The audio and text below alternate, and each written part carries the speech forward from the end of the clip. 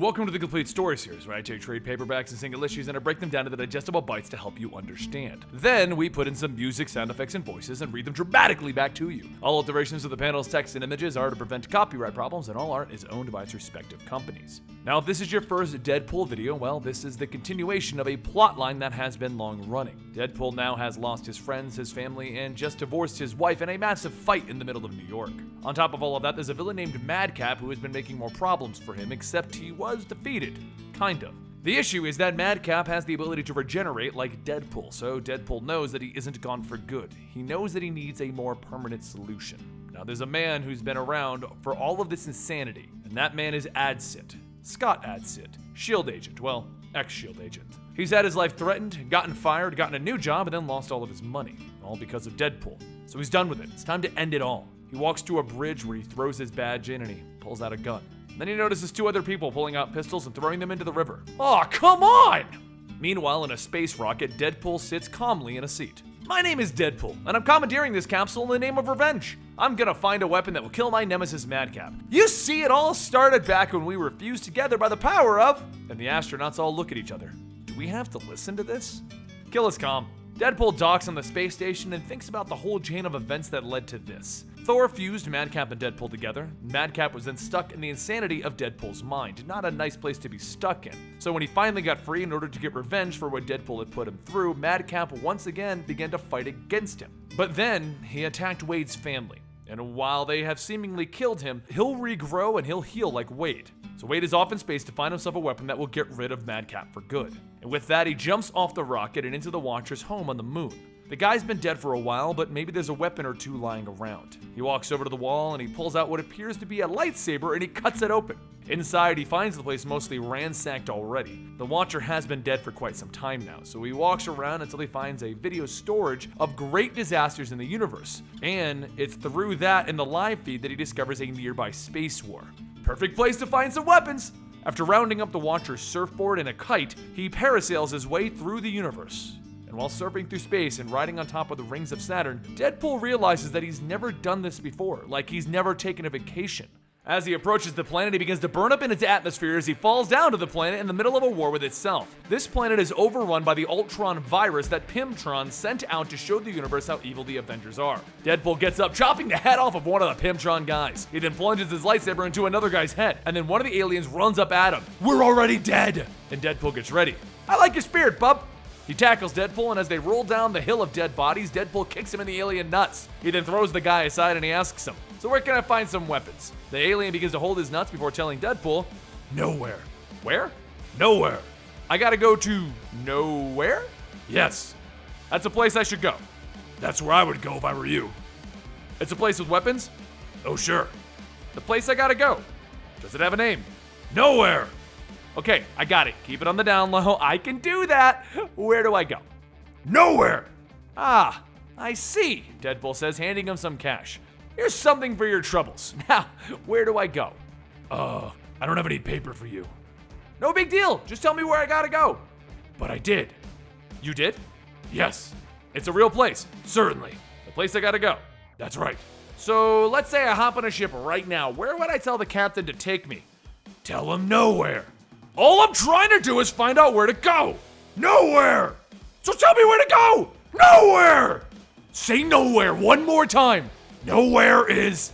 Do I look like your space bitch? And with that, Deadpool cuts the guy's brains out.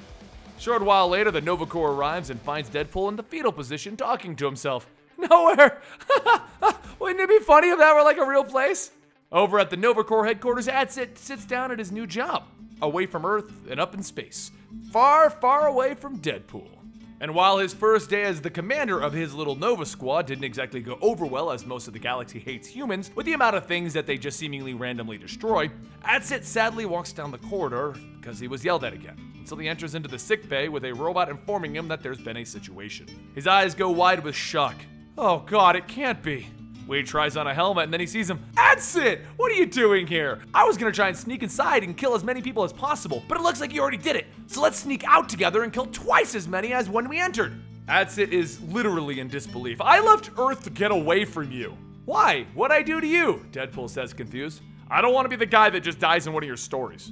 remember when we first met and you hired me to kill a bunch of dead presidents? Touché. Not all the stupid in my life is your fault, but I transferred from S.H.I.E.L.D. to the Nova Corps to keep the Earth safe. And I just want to date a green-skinned girl. And now the truth comes out. Say, while I have you, what's the most powerful weapon in the universe? Adsit thinks about it. I think that's the ultimate nullifier. It can destroy anything. But no one knows where it is right now. Deadpool looks at the computer on the wall. That sounds perfect. Computer, print me up a replica of the ultimate nullifier. Well, that's it. Once you're done here, I'll be on Earth kicking butts waiting for you. I'm going to die in space. Alright, well, one more question, and I'll leave you alone. Where do I find some kick-ass weapons? There's a dead celestial head on the outer reaches of space called Nowhere. Deadpool throws his helmet back on and he walks out. Oh, that Nowhere! Why didn't the crazy guy just say that? And with that, Deadpool pokes his head in one of the Nova Corps rooms to inform them, hey guys, I have the nullifier, you know, the ultimate nullifier, and I'm off to Nowhere. Not that that's anyone's business.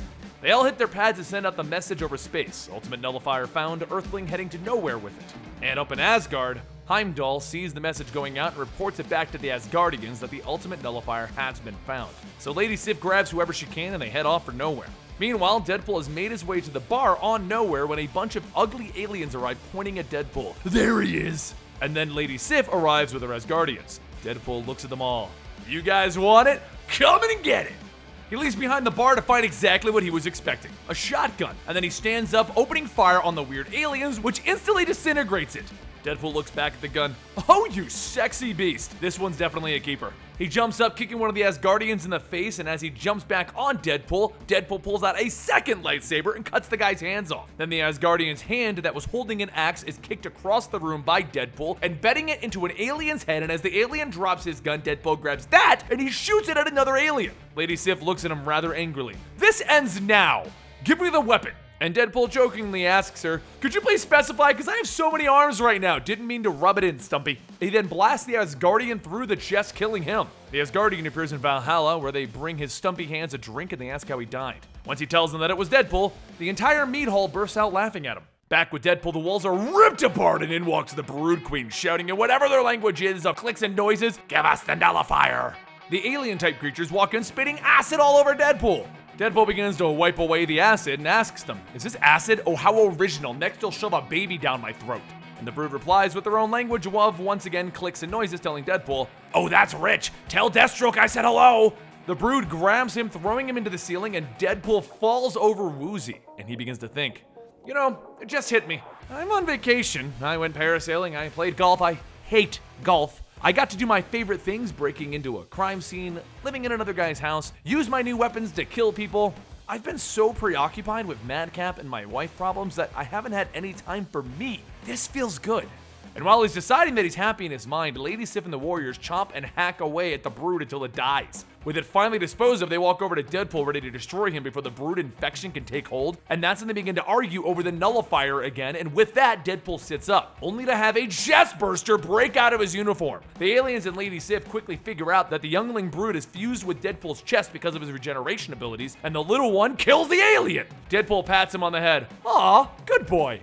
And then the little alien spits acid into Lady Sif's eyes. Deadpool stands up after hearing everyone say that they gotta kill the alien. You hear that, buddy? They're coming for you. But don't worry, I'm not gonna let any crummy aliens John Wick my pet. Here, I have a present for you to make it official. And he throws a little Deadpool mask on him. You guys don't want to know what I normally put this on. Everyone meet Deadpal, or maybe Broodpool. With that, Broodpool begins to shoot at everyone while Deadpool is cutting them up with lightsabers. He blasts away at the Asgardians and the aliens, kisses the bar girl, chops up the Nova Corps, shoots up some space wizards, and then he cuts chunks of meat out of the red shirts. As the mess gets bigger and bigger, one more opponent appears, Rocket Raccoon, but after seeing Deadpool spinning in circles with lightsabers, he decides he's gonna pass on this one. With everyone dead, Deadpool grabs a bottle, taking a drink, and then he gives some to his little pal. And then he tells Broodpool, it's time to go, buddy. Just get out of here. Go. Broodpool refuses, so Deadpool tells him, anyone close to me gets hurt, man. You gotta go. And Broodpool continues to refuse. So Deadpool raises a chainsaw into the air. Game over, man. And he hacks Broodpool off of him. He kicks him away, and after flipping off Deadpool, Broodpool crawls off. Before Deadpool can leave, though, a man in a funny cape with a golden falcon arrives. You there. My name is Monarch, and I have an offer for you. Nice to meet you, Monarch. I'm Santa Claus of Earth. Deadpool takes a swing at him, so Monarch blasts a hole in his stomach, and then he reaches down, grabbing the ultimate nullifier, only to see that it's a replica. But once Deadpool heals, Monarch sees something that his employer may be a tad more interested in than the nullifier. So he teleports Deadpool to the Collector's home, where the Collector looks at Deadpool and says that he'd love a regenerating guy. But once he pulls off Deadpool's helmet, and Deadpool gives him that crooked smile, the Collector realizes that he's far too ugly for the collection. Before the Collector can leave, though, Deadpool tells him about another guy, a clown with an indestructible ability as well. The Collector grabs Deadpool and brings him into the halls of collections, where Deadpool explains who Madcap is, and after looking at him through the Collector's little devices to see around the world, the Collector decides that he wants him. If Deadpool can get a hold of this Madcap, he'll seal him away in this collection, effectively removing him from Earth. That sounds like the ultimate answer to Deadpool's plan. Can't really kill Madcap, but you can just get rid of him. So Deadpool walks back out of the portal with a device to call on the Collector when he has Madcap, and he hands Monarch a grenade as a gift for the honorable defeat that he took at the hands of Monarch. Once the portal closes, the grenade explodes, and then the Collector has to piece Monarch back together again. And the words, "I will slay Santa Claus," ring throughout the halls of the trophies. Deadpool was teleported back to nowhere and in the bar that he destroyed, which is where he met a green prostitute. She gives him a spray which will make him unbeatable, and Deadpool hires her for one more thing. A short time later, after Deadpool takes a ship and heads back home, Adsit gets a little gift from Deadpool, the green-skinned alien girl. And she has a message for Adsit. Goodbye.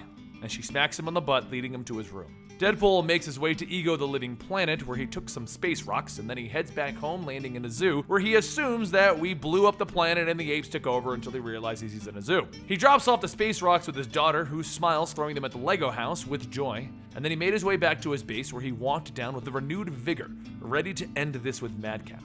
That's when he saw something he wasn't expecting. Steve Rogers, Captain America, standing there. "Your country needs you. I need you, Deadpool." And Deadpool smiles. "Groovy! There's nothing that I wouldn't do for you, Cap." Now, sadly, the story is going to get placed on hold yet again while we go through Secret Empire, because I feel like Deadpool's going to be pretty confused with the events of Secret Empire since he kind of idolizes everything that Steve Rogers does. Anyway, I hope you guys enjoyed this little story. It gets you completely caught up on Deadpool all the way to the end of the current story arcs, and I will see you next time right here at Comicstorian. Don't forget to subscribe to get more Deadpool, Batman, and other of your favorite superheroes, and you can always follow me on Twitter and Instagram at Comicstorian. I'll see you next time right here.